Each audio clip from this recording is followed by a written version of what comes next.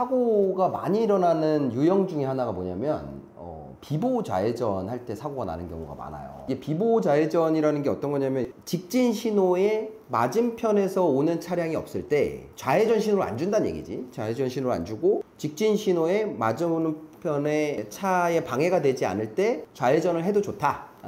이런 거란 말이야. 그러니까 일단 기본적으로는 내 방향, 비보호 좌회전 표시가 있는 방향의 신호가 초록불일 때만 비보호 좌회전을 할 수가 있어요. 근데 만약에 빨간불일 때 비보호 좌회전 하다가 사고가 났다. 그러면 이거는 신호 위반 사고가 되는 거야. 신호 위반 사고가 돼서 이제 중대과실에 포함이 되는 거지.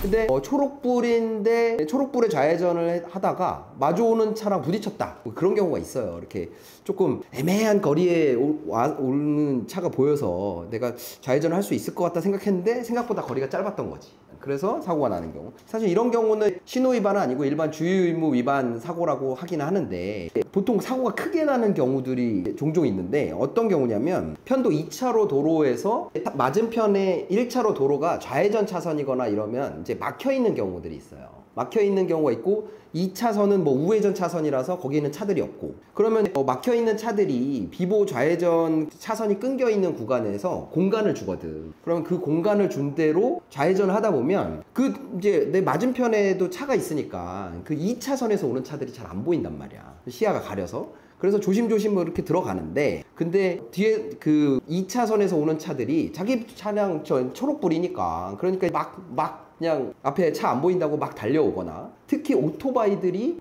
차가 있어도 2차선에 차가 있어도 뭐 샛길로 옆으로 해가지고 막 들어오는 경우가 있어. 그래서 그걸 생각하지 못하고 갔다가 사고가 나는데 특히 오토바이들 같은 경우는 이렇게 부딪히게 되면 중상해로 간다고. 중상해로 가면 또 뭐야 중대과실이 없다고 그래도 내 신호에 맞게 했다고 그래도 중상해나 사망사고는 또 형사 입건이 되는 말이지. 그래서 내가 최근에 했던 사건도 어떤 아주머니가 운전을 해서 이제 대학교 근처였었는데 그렇게 똑같은 상황이었어요. 맞은편에 1차로가 정체가 돼 있는 상황이었었고 차들 사이로 맞은편 차로가 2차로인데 좌회전을 비보호 좌회전을 해서 가는데 들어갔고 근데 마침 그 반대편 2차로 쪽에서 오토바이가 맹렬하게 달려온 거지. 그래서 다 부딪히고 쓰러졌는데 이제 후송된 다음에 사망을 한 거야. 대학생이었었는데 그러니까 사실 운전자 입장에서는 나는 신호에 맞게 조심조심 운전을 했는데 근데 2차로에서 과속으로 와가지고 탁 부딪혀버리니까 그러니까 좀 억울한 부분도 있기는 한데 어쨌든 사람이 죽었으니까 어떡해. 그래서 형사 입건이 됐고 형사 사건을 처리하는 과정. 또 하필이면 그 죽은 학생하고 이 운전자분의 자녀가 같은 학교를 다니고 있었다 하더라고. 그러니까 마음이 얼마나 불편했겠어. 사실 상담하는 과정 내내도 많이 우시더라고.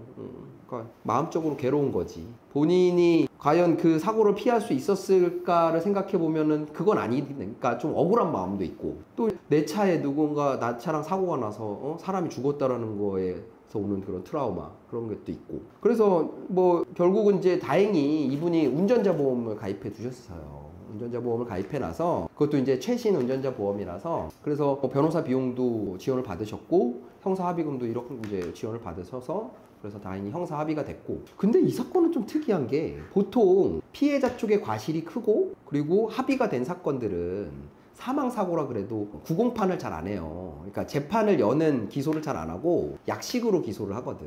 그래서 이거 뭐 합의 봤으니까 뭐 약식 기소 되지 않을까 했는데 구공판을 또 했더라고. 그래서 사실 처음에 상담할 때는 이제 합의 봤으니까 재판까지는 안 나오셔도 될 겁니다 라고 해가지고 거의 끝났다고 보시면 됩니다 그랬는데 갑자기 구공판을 해버리는 바람에 그래서 또 스트레스를 받으셨지.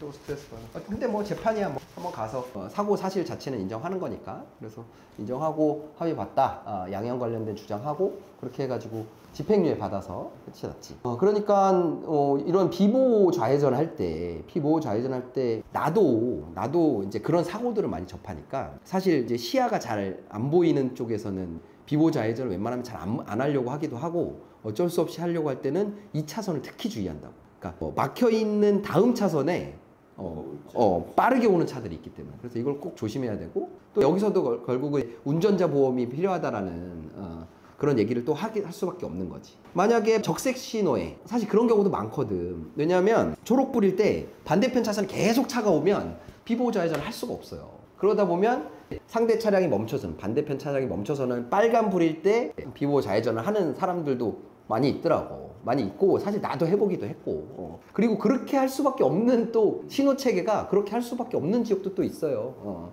그런데 어쨌든 빨간색의 비보 좌회전 하다가 사고 나면 그럼 신호 위반 사고가 되기 때문에 사람이 얼마나 다치든 간에 이거는 이제 형사 입건 사안이 되는 거고.